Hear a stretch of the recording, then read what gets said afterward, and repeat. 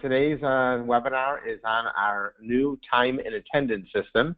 And the time and attendance system is part of what is our new Sedona One software solution. And so we're going to go through that. I'm going to go through a little PowerPoint to begin with to explain what the time and attendance is all about. Then we're going to go into a demo of the software. And after that, we're going to talk about pricing and the beta program and the launch of the application. So let's get going. So the first thing is, what is Sedona One? Sedona One is the new software platform that we're introducing. It is based on the architecture we use for our AlarmBiller application. And what we are going to be doing is, we announced this at the users conference, but we are going to be adding additional business management modules to this application. The first one that's going to be released is the time and attendance application. And that's what we're going to go through today. So let's just walk through kind of what that is. I do want to note that both Sedona Office and AlarmBiller are fully interfaced with the time and attendance module, and we'll go through that. Time and attendance can also work as a standalone, so it doesn't necessarily have to talk to either one of those either. Just so those who don't know and weren't at our users conference, this is our Sedona One roadmap. So as I said, Sedona One is a software as a service web-based application, and it's going to have different modules. The top three are the ones that are going to be the first three out. The AlarmBiller, or is what we're going to be rebranding as accounting underneath Sedona One, is currently available. Time and attendance, what we're going to talk about today, is the next module. And our forms and contracts, which we'll be rebranding as eForms, will be coming out after that. The next modules that we have working on are our CRM and proposals module. We'll talk more about that at another date. Third-party central station apps and e-commerce. We are very close to launching, though, our new e-commerce app, which will work both on an iPhone and Android phone. We're just waiting for the final approval on the Apple Store, and you'll see more information on that coming soon. So let's talk more about time and attendance. But before we do that, how does time and attendance talk to Sedona Office? It talks to it through what's called the Sedona API. So the Sedona API plays a very important role with the Sedona One application. So Sedona One has an API, Sedona Office has an API, and the two systems talk to each other through that API. And we're going to talk a little bit more about the API later on, but if you are a Sedona Office customer, you will be required to run and use the Sedona API for the communication between the time and attendance and Sedona Office. So here's a little bit of the functionality overview of what the time and attendance is. It is a full company-wide time and attendance module. It's to track all your employees' payroll activity, and it can be used in a variety of ways, and we'll try to do our best to go through those today. But employees will punch in and punch out based upon what are their pay codes. And the pay codes can be, you can use it at a very macro level, just as, you know, that they're working and what their pay rate is, or you can get down to a very granular level and actually track, you know, the different tasks they're doing. And you'll see that in just a moment. There is geocode tracking with each punch. The geocode will give you the location. So if it is a remote employee or employee working from home or some other facility, when they punch in and punch out, the system will automatically track their geocode, their geolocation, and add that to their punch, both the punch in and punch out. Now, the nice thing about the new time and attendance system, it will work on any internet-capable device. It works on smartphones, tablets, laptops, or computers. It does require internet access because it is an internet-based application, but employees can punch in from anywhere. So if it's an office employee, they can punch in right from their computer. If it's a technician and they use a smartphone or a tablet, they can use their tablet to punch in and out. In terms of Sedona Office, and I'm going to talk about this a little bit more in just a moment, but it has two different ways to communicate with Sedona Office. The first is with appointments. As you know, appointments are either for service tickets or for jobs, and this will automatically update the appointments within Sedona Office. Another mode to use it in is with job timesheets, and we'll go through this in detail in just a moment, but in this mode, it will automatically update the timesheet in Sedona Office inside of the job.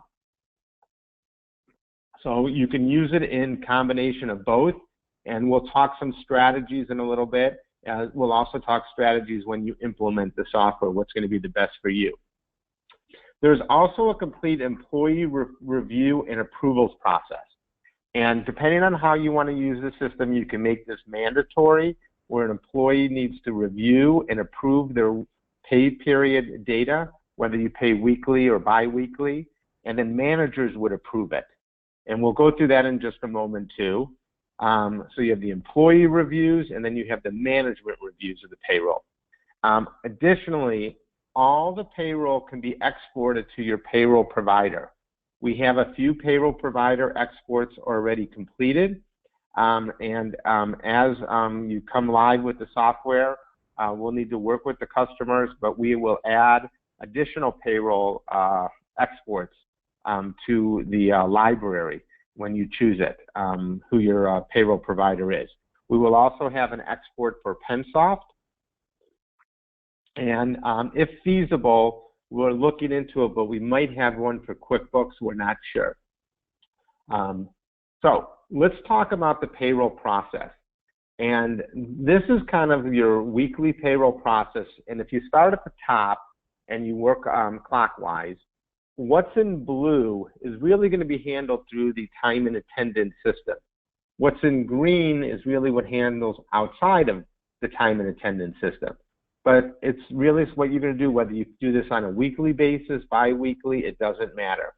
But you'll open a new pay period, and actually the system will actually open this for you automatically. You'll perform all your time entry. This is where your employees will be doing their punching in and punching out, and management can review it. Once the pay period is over, you can edit and approve the time entries.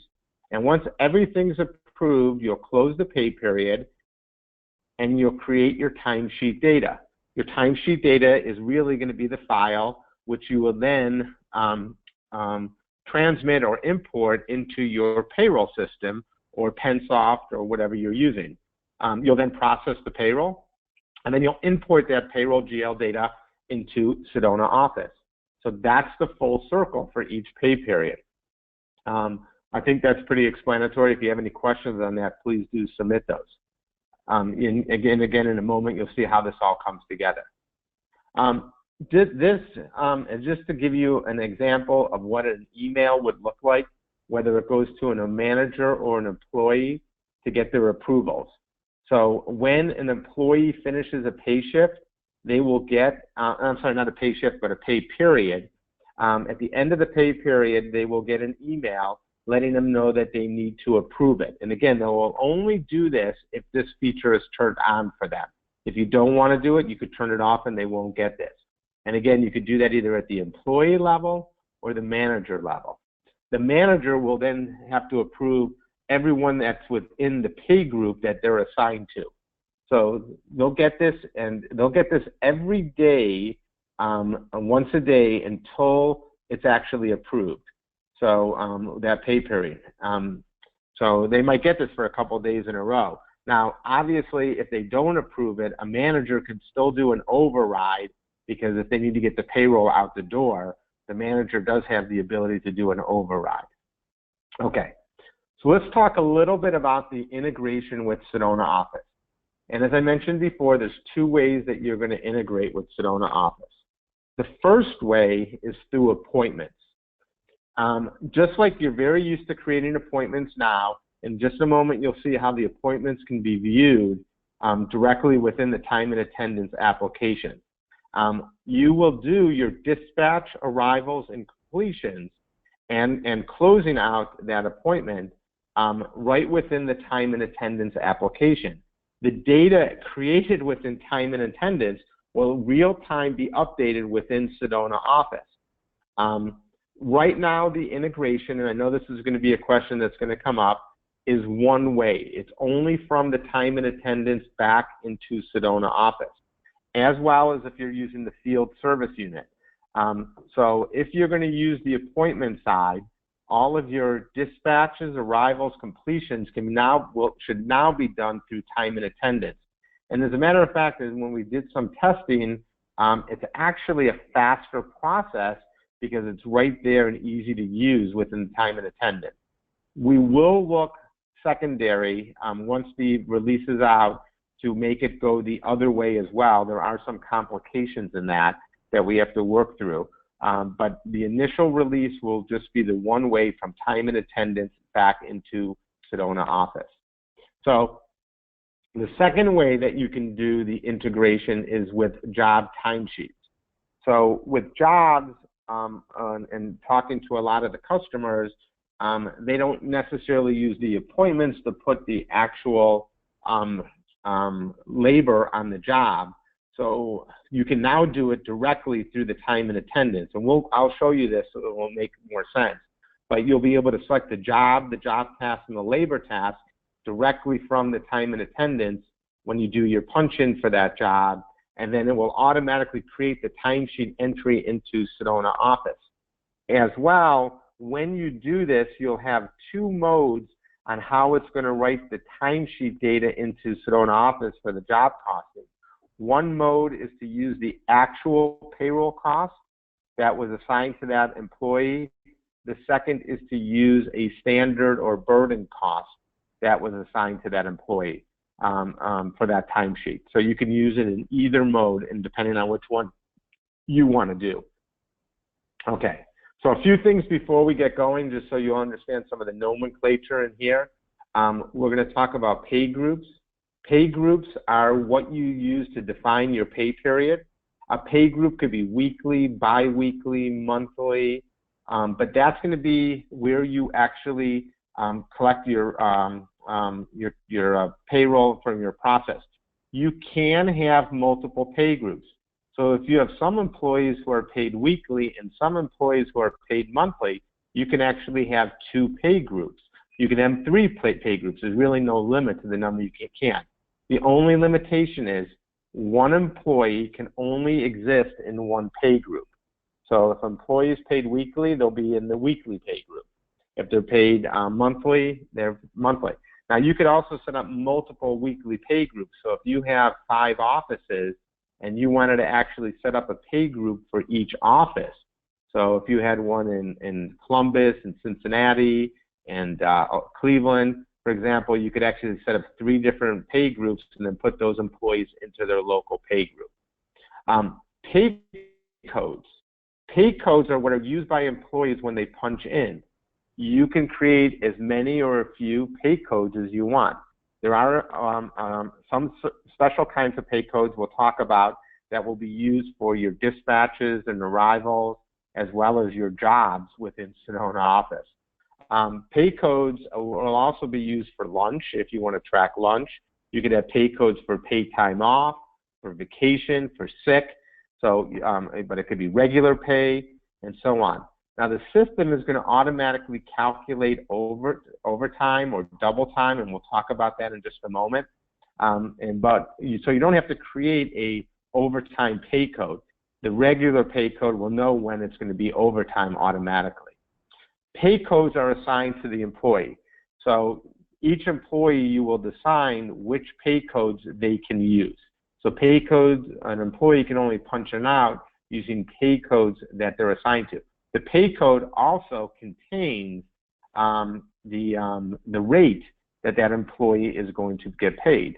So if you do a prevailing wage job, you can actually set up a pay code for that prevailing wage, and then the employee can actually punch in and punch out using that prevailing wage code.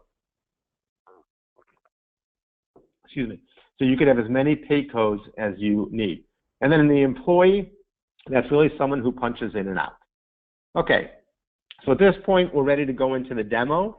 I'm gonna, again, if you have any questions, make sure you put those down, and then we'll get back to those and at the end of the presentation. So let me just slide over here. So right here, I'm just going to do a refresh here. So right here, this is the home screen. And what I'm going to do right here is I'm just going to come over here and I'm going to log out and just show you what it's going to look like when you log in. You will actually have a branded web page. You'll have your logo right there. You're going to have your own unique domain. I'm using our test system right here, so this isn't the production system, but it mimics our production system. So I'm just going to come over here, put my password in, and log in. So I am both a user and an administrator. So I can do a lot more, but you can see right here, I punched in and I started my day earlier today. So my current day, my home screen will show me my current shift. I've been working for 3 hours and about almost 30 seconds now. And my current task has been going on for 46 minutes and 50 seconds. And my current task is service on site for service ticket number 50242. That's a service ticket directly from Sedona office. And I started the shift at 10:33 a.m. today. And my pay code is service on site. And again, that's what I called it in my database. You can call it anything you want in yours. You'll also notice on the home screen is a little graph here that will show me everything that I've been doing today. So these are the different tasks that I punched in and punched out throughout the day.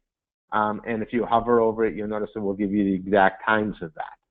Now, let me explain, let's go through this, and I'm going to show you, to start with, I'm going to finish this task that I'm currently working on, which is a service ticket.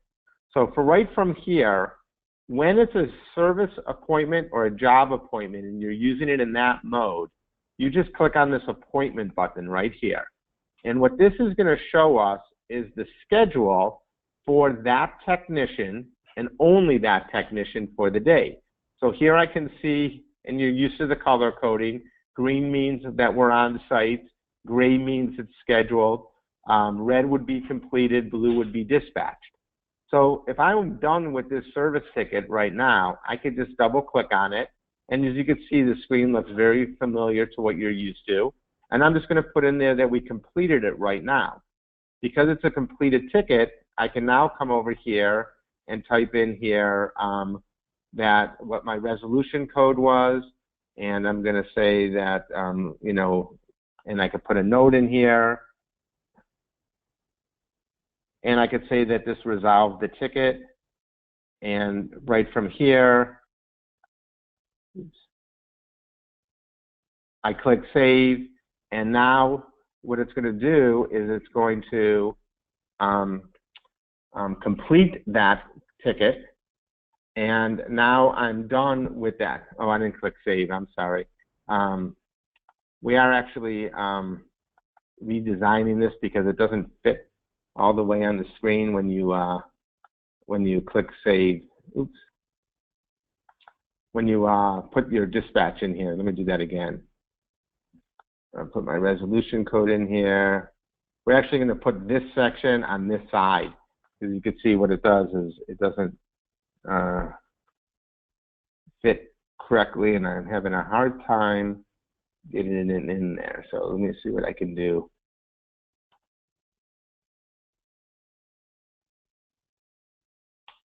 Let me see if that took care of it.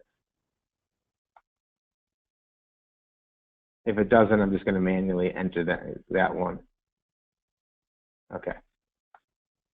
So what I'm going to do is I'm just going to manually put this to a new task. to make it look like that one finished. So now, let's say I wanted to go to lunch.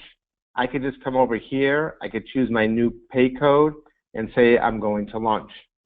So you notice I just started my lunch shift right now, and that's my current task. Now, a lunch shift would be non-payable. So, and I'll show you how we set those up in just a moment. So what I like to do, though, is go into what's called View My History. When I click on View My History, I'm an employee, and I'm looking at my current pay period, which is I'm paid weekly, and my pay period was set up from May 13th through May 19th. And this first tab gives me my pay code summary for my entire pay period. So this tells me exactly how many regular hours I worked, if there were any unpaid hours, such as lunch, right over here. If I calculated any overtime, any double time, this is the rate that I'm paid for each one of those. This is the regular pay, which I've earned for the different pay codes, my total pay, overtime pay, and two-time pay. This right here is my employee pay slip. So this would give me a summary as the employee of, as of this moment in time, this is what my pay slip would actually look like: regular, overtime, double time, and unpaid time. And then over here is my employee timesheet data itself. So this are all my punches in for this week. So when I come into here, this is the current shift I'm currently working on. This is a shift that I had yesterday. Here's one that I had the day before, and so on. So as an employee, I can actually see each one of the different punching in and punching out that I did. I can also look at, remember we talked about the geocode. So for example, if I come over here to lunch and I click on this, I can actually see the location of where this punch in and punch out was made. So you get the look at that. The other thing that as an employee, what I can do is I can write notes into here. So for an example, if I made a mistake or did something and I need to send a note to the manager, I just come over here and I could click the note button. And I could put any comment I want that could go into here. And then I could say request manager's review. So I click save. Now, this will create a manager's review.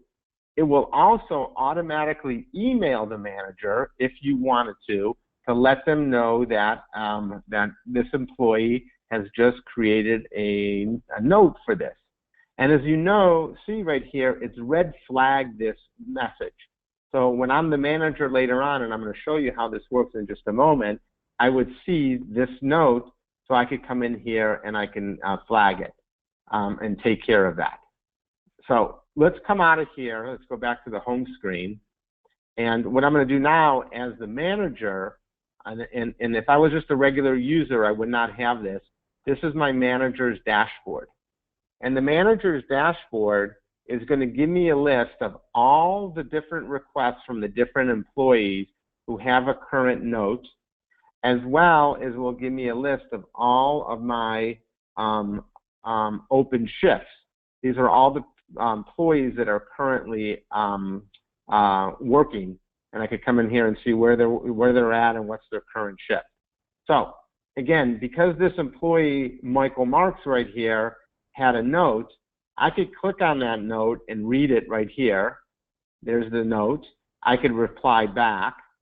Or what I can do from a manager point of view, I could click the pay period, and I can go into the actual employee's pay period. And so there I know there's Michael Marks. There's another employee, Bill Frank, who has a note. And I could drill right into, these are all the shifts for this employee for this week. And there's the one that has the note. I could come over here and I could see what he has, and I could say, okay, we'll take care of it. And then I'm going to unflag the manager's request because I know that I took care of it. And what it does is it makes it now green. So green just tells me there was a note and it's been taken care of. Now, as a manager, I have the ability to go in here and edit this shift. So I could click the edit mode, and I could come into here and I can make any changes. So maybe they put the wrong pay code in here, and this was supposed to be, just for an example, office meeting.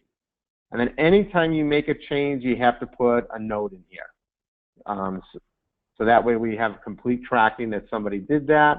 I put my shift in here, and the reason why I can't really update this now is because this pay period's still open. I technically would have to wait till the pay period's done in order to do that. So I'm just going to click cancel.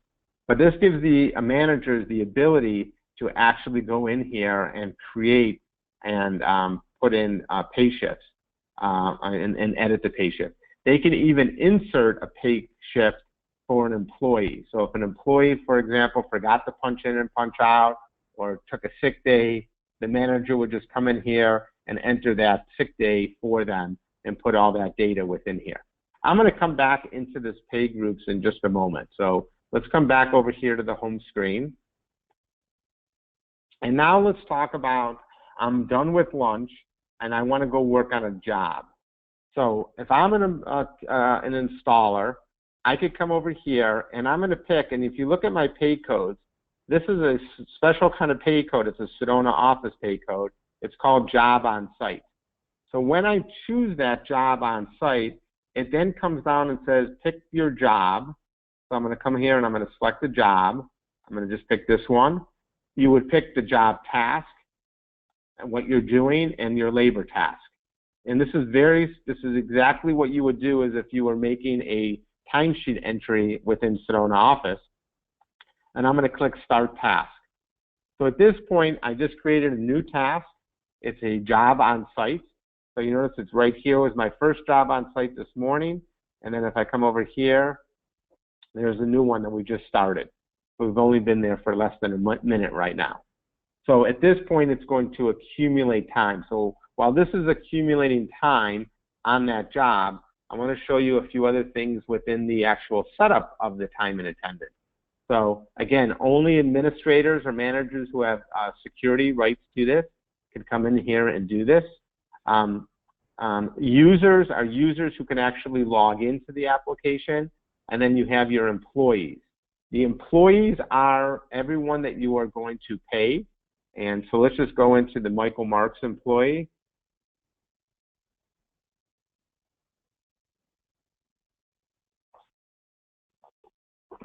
And here we have the employee Michael Marks. You will notice the employee is linked to a user. It's a one-to-one relationship. You could put the employee number in here. This is necessary because when we do the payroll interface to the payroll service provider, this is usually the number from the payroll company that they might assign to that payroll. Here you can decide if it's a technician, salesperson, you can update a picture of that person. This is where you link it to Sedona Office. So if it's a Sedona Office technician, you'll choose who that is right there. And this is where you will assign what pay group they're in. And I only have the one pay group right now. If the employee is salary, you can check this off. You would put in what their salary code is. I don't have any set up, and what their yearly salary is. And then this way, when it does the payroll, it will actually automatically create a payroll record for them based upon that. So you can't have salary employees. Now, when you have salary employees, when you set up their pay codes, so these are all the pay codes that are set up for this employee, you would make the hourly rate 0 because you're really not paying them an hourly rate for that. You would then have what's their default. One of the pay codes is the default pay code. You have whether it's payable, yes or no. So for example, if you look at the lunch, that is non-payable. If I wanted to edit this one, I can and change that. If I wanted to pay for lunch, I could. And is that pay code allowed for overtime? So for example, installation right here, allowed for overtime is yes. So that means that if they're working on that and they meet the overtime criteria, it knows that it would pay for overtime for that. Now, that one special kind of pay code that I had here was the job on site. That was the Sedona Office pay code. So if you use what we call a static rate, it will override the hourly rate when it talks to Sedona office and use this rate as its job costing rate. So the static rate is only needed, and if you notice there's a little question mark there where you could get a little help on this, but you'll only use that and it will override and use $50 in this example instead of the $25 when it does the job costing. The other thing you can do with an employee is you can create notes. I don't have any, but just a little note file that you might want to create within there. So that's your employee setup. Very easy to set up each one of the employees. The pay groups that you'll set up, this is each pay group. If I come into here and click on the pay group, you'll be able to see every pay period for this pay group. So over time, this will get pretty large because you'll get at least 52 if it's weekly new pay periods in the year. You can drill into any pay period here and actually see everything from that pay period. So this pay period, and I could come over here, had 2 different employees who got paid. I could drill in it to see everything. Now, you'll notice here it says no employee approval is yellow or orange. That means the employee has not approved that yet. If the employee approved it, it would show up as green. So a manager can quickly see that. A manager does have the right, though, as I said before, to override that to get the payroll out the door. So this is where you can export the payroll when it's done. All this does is it creates an Excel file, which is what will be imported by the payroll service provider. You can also undo the export of the payroll. So if you exported it, found you made a mistake, you could undo it, and then you could redo it and create a new one at any point in time. So let's go back into the pay groups. What's also nice when you go into the pay group, you can always click on the most current payroll, and you'll see when it creates the current payroll, it automatically opens up the next pay period. So you will have to, obviously close that, but it will always automatically, when the date comes, set when the next pay period is. So if I go back to my current pay period, here we can see my current pay period. Normally, if the pay period was closed, I would have an approval button right here. Because this payroll is open, I cannot approve it yet. This right here is the pay code summary for the whole company, telling me everything we've done so far this pay period.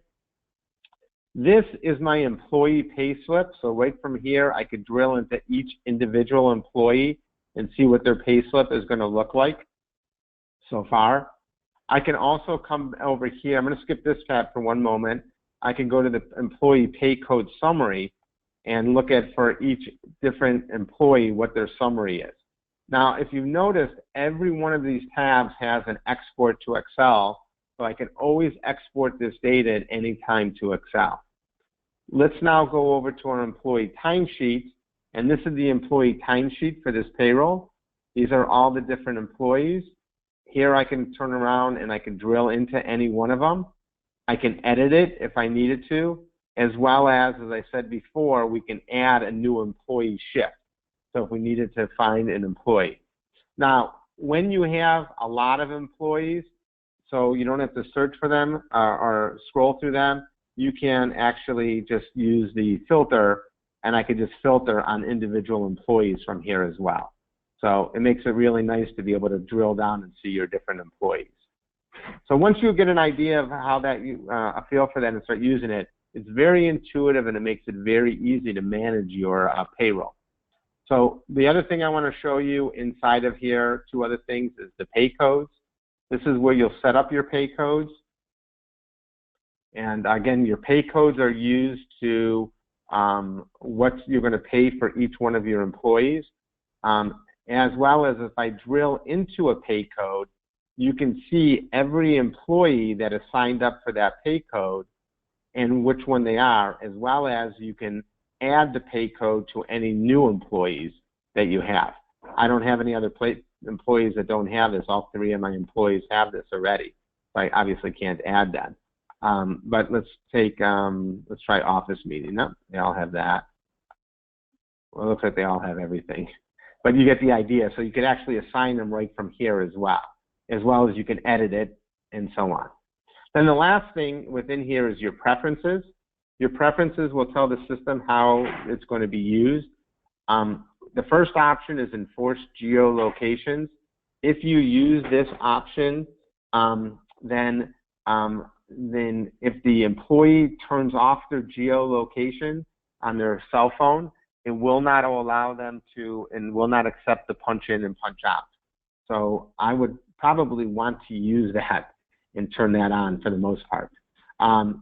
You can also do what are called shift minute rounding rules. Mine's currently set up to none, means it uses the actual time. But if you use one, and it actually uses time right down to the seconds, you can do 1 minute rounding, 5 minute rounding, 10 minute, or 15 minute. So if you, for example, if you do 5 minute rounding and somebody checks in at 58 minutes after the hour, it will automatically round them up to the top of the hour. If they did it at 11:56, it would bring them down to 11:55. So it will round up or down based upon to the nearest 5 minutes. So again, you can choose if you want to use that feature or not. Allowing overtime calculations. So as a matter of fact, if I turn that off, you notice I don't see anything in there. If I do allow overtime calculations, it says, what is your overtime factor? 1.5 times. What is your double time factor? And then it says, how do you allow and pay overtime? So it's usually going to be one or the other. It's either allow weekly overtime, so weekly payable hours, 40 hours before overtime is paid. You can also do daily overtime. You could do both, but I don't think too many companies do both, where the overtime is paid after 8 hours in any day. You can allow daily overtime. So you could say if overtime is daily hours worked, before the overtime is paid. So if you had a situation maybe where if they work more than 12 hours, it automatically goes to overtime, you could do that. And then what is the time that they have to work before it's paid? And then if you are in California, we do have a feature called Allow Consecutive Work Days Overtime. And this really gets into some California work rules where if they work so many consecutive days, they are automatically paid overtime. So that will be for our California customers. This is to do with the Sedona office dispatching and arrivals. So where you can actually predefine what the service dispatch code, pay code is that you want to use when you do a dispatch and when they arrive on site. So I have one called service dispatch and service on site as default pay codes. These can be overwritten at the time of the event. And then over here, we get into our payroll provider and our export data. And this tells us whether we require employees' approvals. So if you don't want to do employee approvals, you just turn that off. Here you'll choose who is your default payroll provider. Paychecks export works right now, and we're going to add more. So we're adding some of the ADP ones right now. ADP unfortunately has multiple formats, so we need to work with you on your ADP provider and who that is and which system they're using, so we could do that. This is the payroll company number, which they need in their file. When you export the payroll to Paychecks or ADP or whoever, you have two ways to do it. You could do detailed or summary. If you choose detailed, it will deliver each individual pay code. So if you have a pay code for service dispatch, service on site, and you work with the payroll company and then you map those to the different GLs, you could get very granular on what goes to the payroll company. If you turn off summary, it's just going to give them regular overtime and double time as the export. So it depends on how you want to give it to the payroll company. And then the payroll notification job is used to notify the managers. So if you wanted to automatically email managers when events occur, you'll just turn that on. If you don't want that to happen, you can just leave that off, and then the managers won't get the emails. Then the other side of the preferences is the company preferences, and this is where you just enter in your name, your address, and you update your logo, and so on. Okay, so that's the setup. Again, we'll go through this more in detail as you implement the software. That's all part of the implementation of what we do. So let's go back over here to the home screen, and you can see now we've been on this job for 13 minutes and 54 seconds. And I'm just going to come over here, and I'm going to end this job. So I'm just going to say end task. And are you sure you want to end it? I say yes. Now I didn't end my shift. So what it did is it just brought me back to my default shift code for the day, whatever I use. Here it's giving me messages that it automatically updated Sedona Office. And those just pop up and will go away.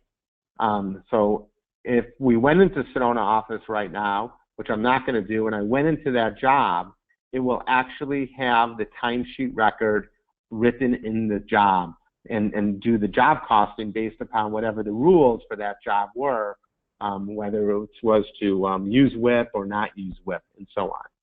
So let's just say that I wanted to now go in and go back to an appointment. And just to show you how easy it is, let's just say I wanted to go to this job, to this appointment. It's a service ticket now. And I can just come over here, say dispatch now. There's that default job code, service dispatch. Again, I can override it, but I probably don't want to. And all I have to do is click save. And you'll notice what it did is it turned that job blue. Inside of Sedona Office, and I do have the schedule board going right here. So there's my ticket for this next one, and I'm just going to do right here, so I'll just refresh that. You notice it automatically turned that blue in Sedona Office. So if I look at that, you can actually see that the dispatch was done. I don't need to go into the ticket. You'll see that the dispatch was done automatically within Sedona Office. So that's what I meant before when I said all your dispatch, arrivals, and completions can be done directly through Sedona Office. And now you can see that I'm done with the service dispatch. When the technician's done for the day and they want to just check out, they just click end shift. And normally I wouldn't do it in the middle of a dispatch, but I'm going to do it anyways. So I'm just going to say end shift, and I'm going to close out. So now you notice my shift is complete. If I wanted to create a new shift, I can. But there's all the different things I did throughout the day today. Again, if I click on view my history, I could come over here to my timesheet, and there's everything that I did today, from the beginning of the day to the end of the day. And if I needed to make a note, I could click on here and make a note, again, as I showed you before, and request manager's approvals. And so the employee can actually see what they want. You do have the ability, I don't have it turned on in mine right now, to allow employees to do their own editing.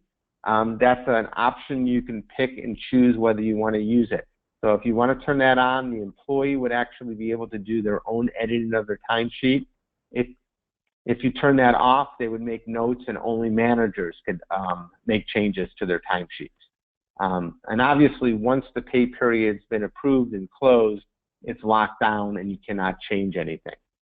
Okay, so that is the time and attendance system. Hope you